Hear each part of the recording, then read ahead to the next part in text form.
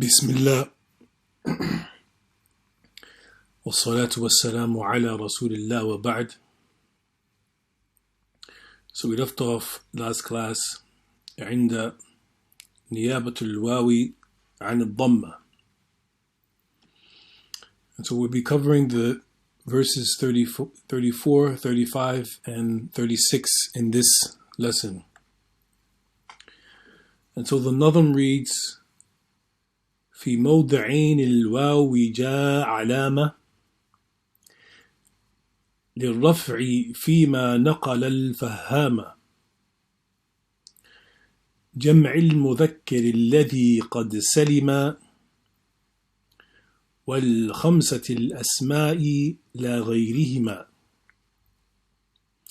كجاء صالحون منهم أخوك، أبوك ذو المال حموك طاب فوك. So in Fath al-Wahhab the Sheikh states يعني أن الواو تكون علامة للرفع في موضعين. So explaining the first part of the Shatr 3 on 34, the first portion of the bait on page 34 is في موضعين الواو جاء علامة. So he's saying that the waw is the sign of the state of al-rafi' in two scenarios. So the first scenario is الوضع الأول جمع المذكر السالم. So the first scenario is with regards to al-jam' al-mudhakkar al-salim. So the masculine plural. وهو ما دل على أكثر من اثنين بزيادة في آخره صالحا للتجريد عن عطف مثله عليه، ونحو جاء الأحمدون المكرمون أو المكرمون، وسمي سالما لسلامة صيغته مفرده في التغير عند الجمع.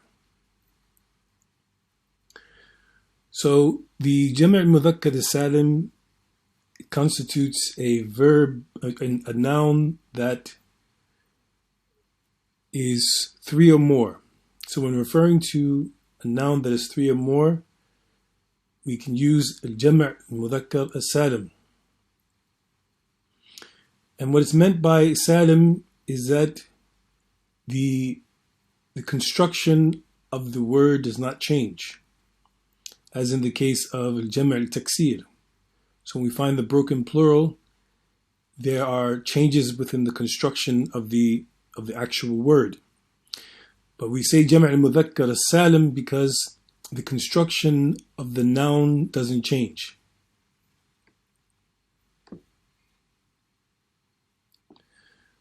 So he goes on to state وَلَا يُجْمَعُ هَذَا الْجَمْعِ إِلَّا شَيْئًان. So with regards to al-Jam' al-Mudhakkar al-Salim, the plural form is not created except in two situations. Al-awwal al-alam. So the first is a proper noun. ويشترط فيه أن يكون لمذكر عاقل خاليا من تاء التأنيث من التركيب، نحو حضر المحمدون، وهو المرفوع وعلامة رفعه الواو نيابة عن الضمة لأنه جمع مذكر السالم. So the first condition is that it needs to be a proper noun.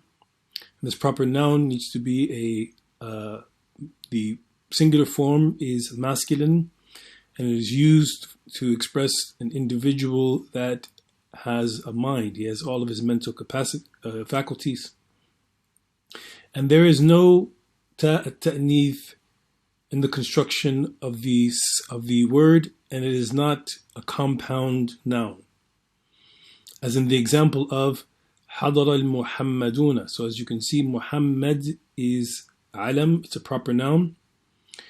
Its and it retains its construction, so it's not a broken noun, a broken plural. Athani, and so the second situation where we use Jam' Mudhakkar Salim is that it is a sifa, so it's an adjective. ويشترط فيها أن تكون لمذكر عاقل خالية من تاء التأنيث وليست من باب أفعل فعلاء. So the description, when using Jam' al-Mudhakkar al-Salim to talk about a description, the same conditions apply as with regards to the alam, except that it should not fall on the pattern of af'ala fa'ala. So these are patterns that can be used as descriptions. ولا من باب فعلان فعلا. And so it can't appear on the pattern of فعلان فعلا. ولا مما يستوي فيه المذكر والمؤنث. And it is not used with nouns that can either be applied for masculine or feminine. So gender neutral nouns are not applicable. كقول الناظم رحمه الله تعالى جاء صالحون فهو مرفوع وعلامة رفعه الواو نيابة عن الضمة لأنه جمع مذكر سالم. So as in the example of جاء الصالحون, so صالح is an adjective and صالحون is the جمع مذكر السالم. It's مرفوع, and the sign that indicates the state of a rafa' in this case here is al-waw, taking the place of al-dhamma, which is the origin.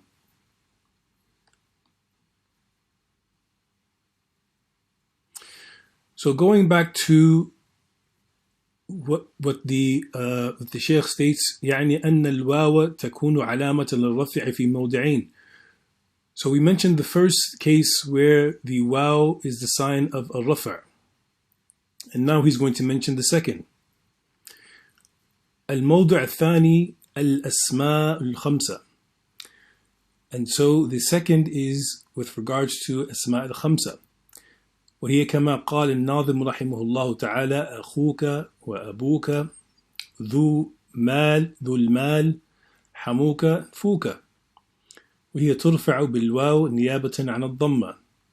And so these words, الأسماء الخمسة, which are أخوك, أبوك, ذو المال, حموك, and فوك, their state of al-rafa' is al-waw, taking the place of al-dhamma, as in the statement of Allah subhanahu wa ta'ala where he says وَأَبُونَا شَيْخٌ كَبِيرٌ in Surah Al-Qasas. Similarly, he states إِنِّي أَنَا أَخُوكَ in Surah Yusuf. Also he states وَإِنَّهُ لَذُو عِلْمٍ also in Surah Yusuf.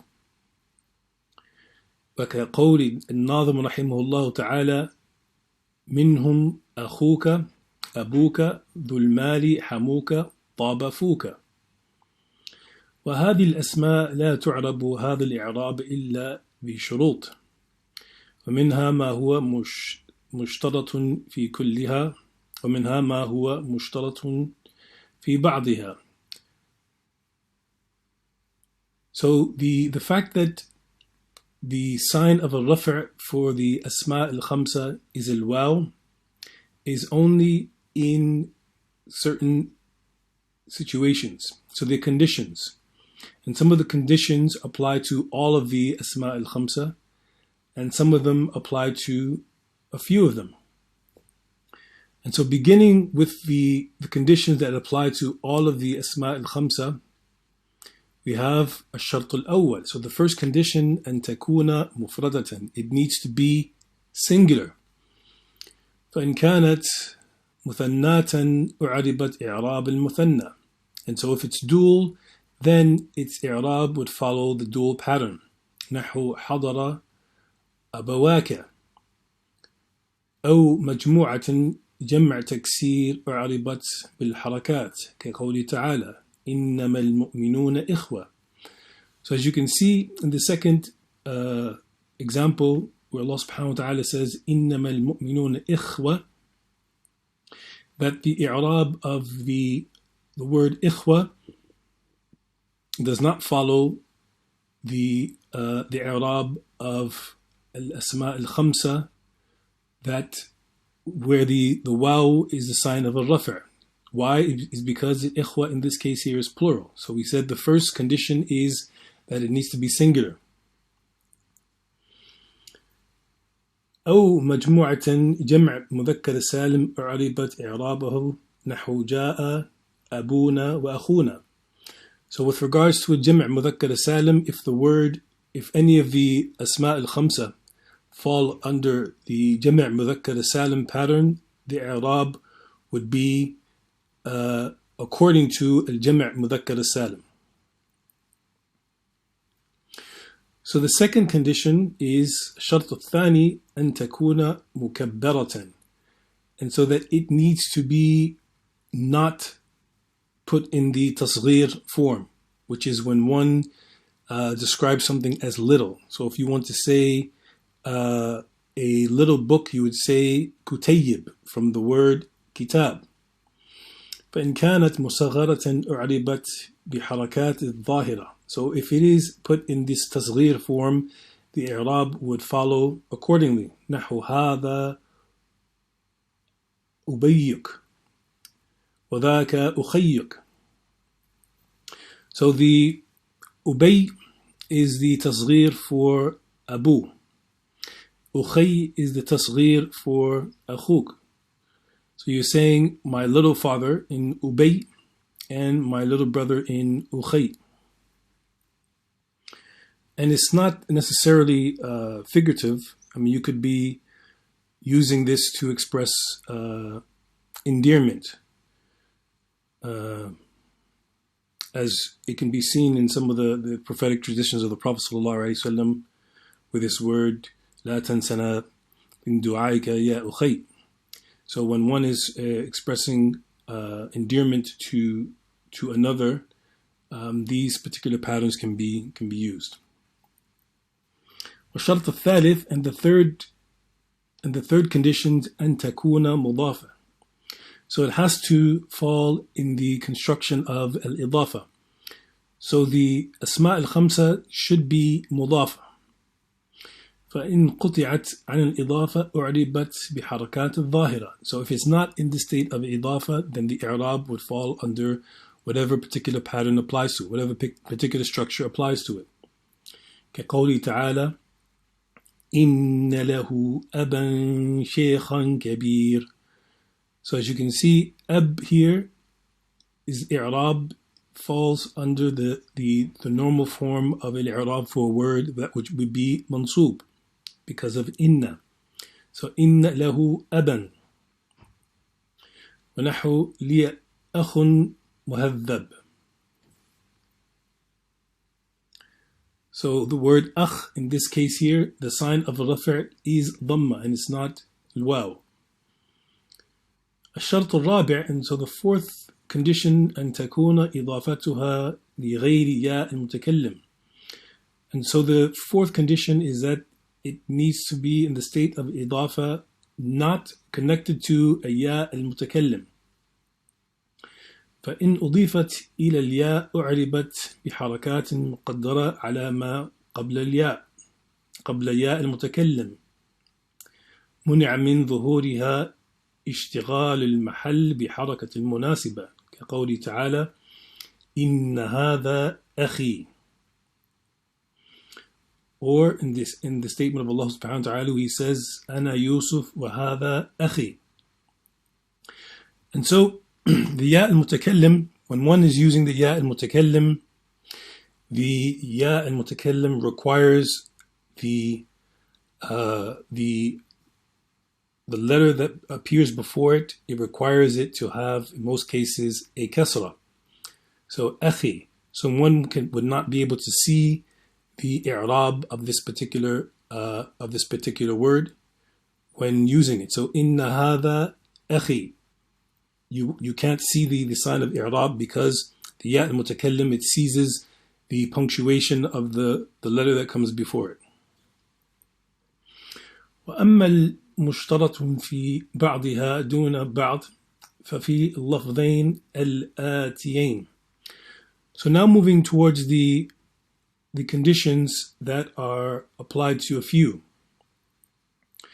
And so the first one is كلمة فوك. ولا تعرب هذا الإعراب إلا بشرط واحد مضافا إلى الشروط المذكورة وهو خلو آخرها من الميم. So the condition for this word would be that it does not have the letter attached to it, which is the meme. So we know fuka, the original form of the word is fem. So in order for us to apply this rule of al-asma al-khamsa, being the waw, the sign of al-rafa', is we need to remove the meme. So the meme is removed, and as you can see there, we have akhuka. خلو آخره من الميم فلو اتصلت بها الميم أعربت بحركات الظاهرة فتقول هذا فم حسن. So if the meme is there, the i'rab would fall according to whatever place that the word falls in the sentence.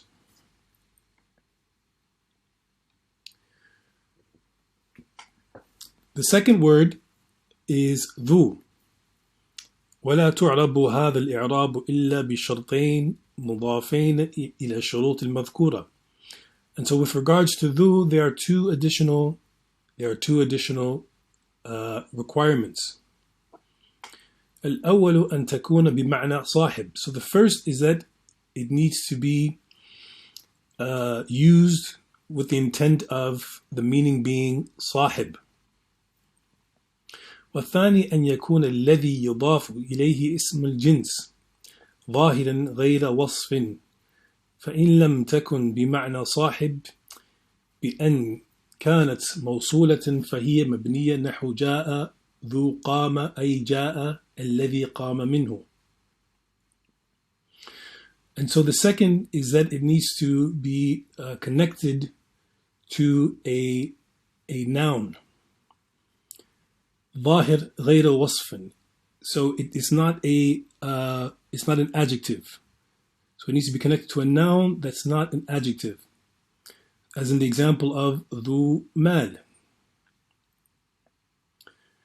فإن لم تكن بمعنى صاحب بأن كانت موصولة فهي مبني نحو جاء ذو قام. And so the word ذو can also be used as a ism al-mawsul that carries the meaning of that or which, الذي. And if it does, then it is mabni, as in the example of جاء ذو قام أي جاء الذي قام.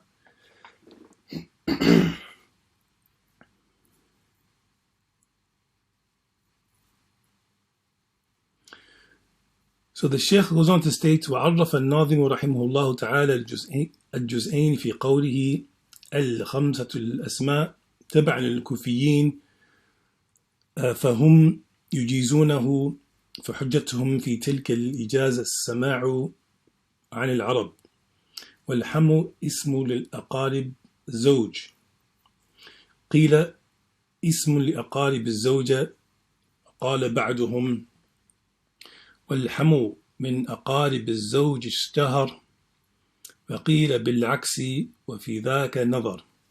So with regards to the word ham, there's a difference of opinion in terms of what it means, but the prevailing meaning is that it is used in reference to a family member of the male side of the family member.